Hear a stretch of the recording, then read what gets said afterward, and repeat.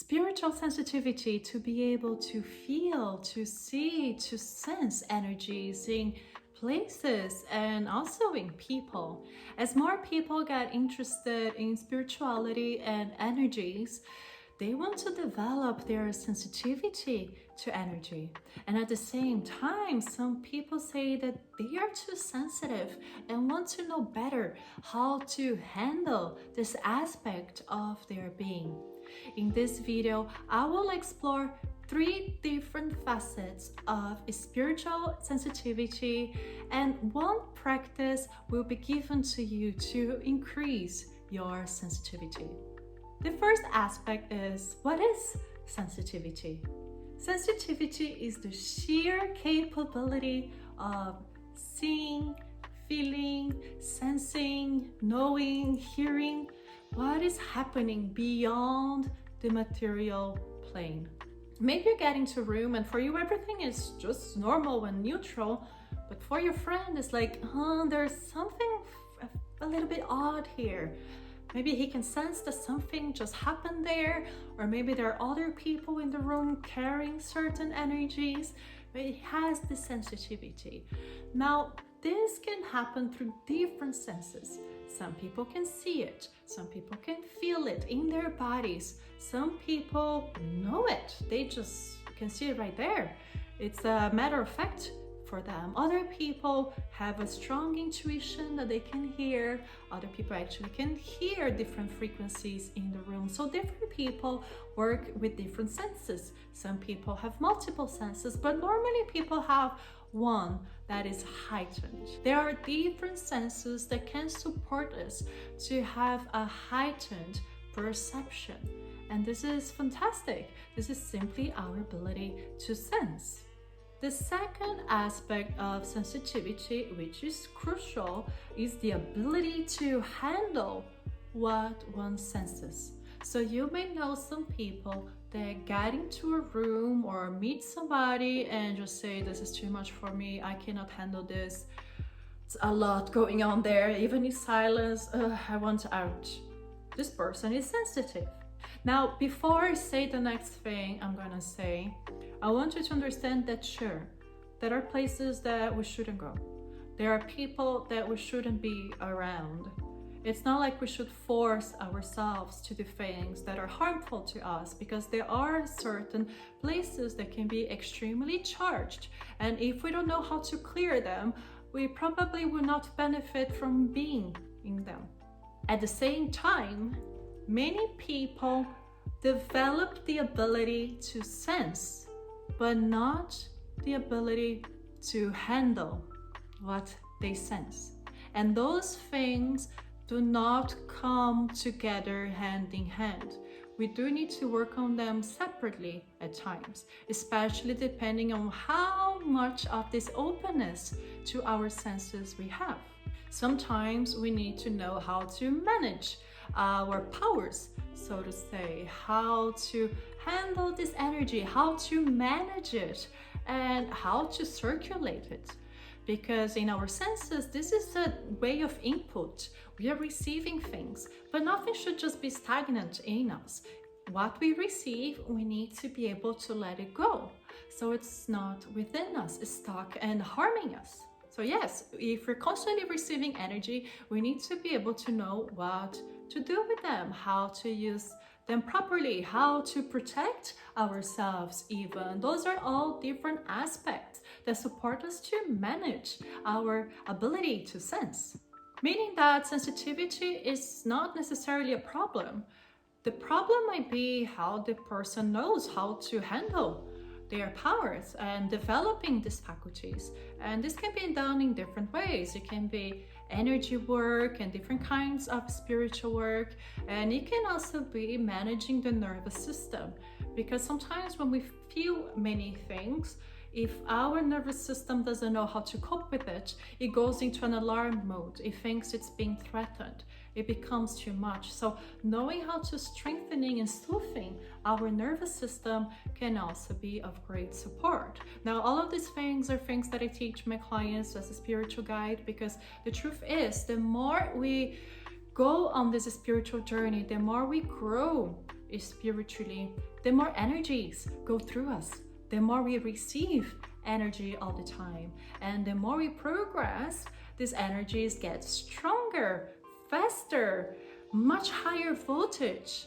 And if we cannot handle them, we cannot keep growing, because the amount of energy we can receive, that is our threshold.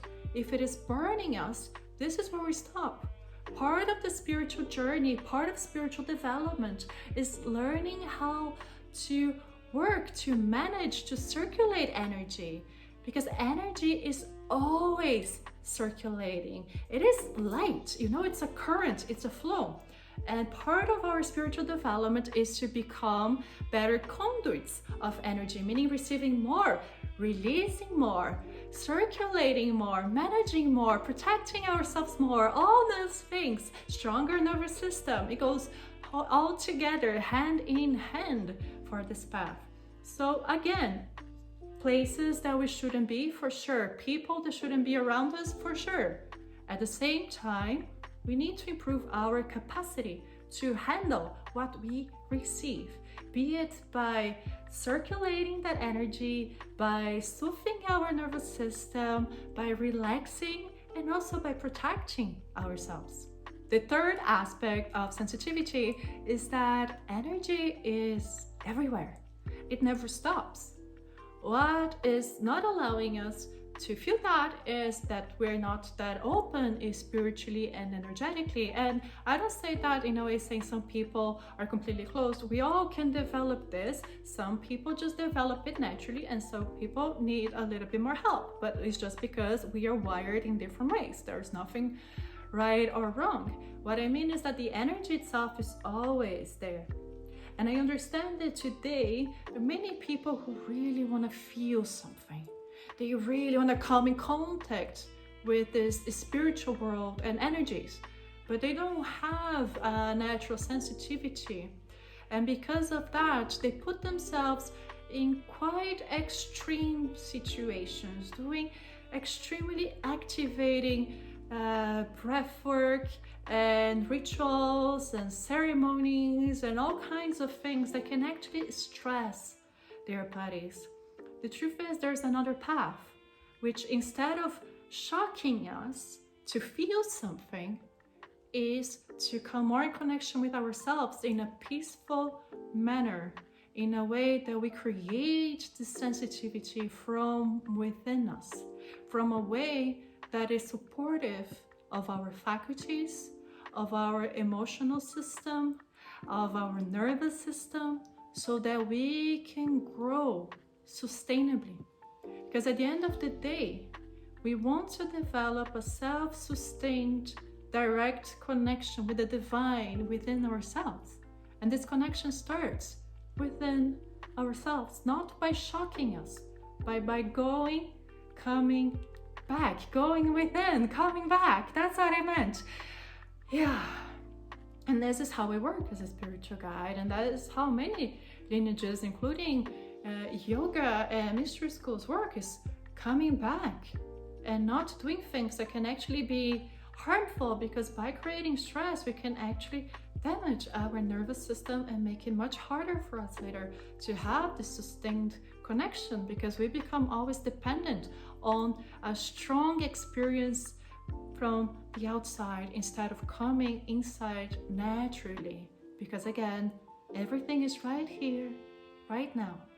It's just about creating the sensitivity to be one with it.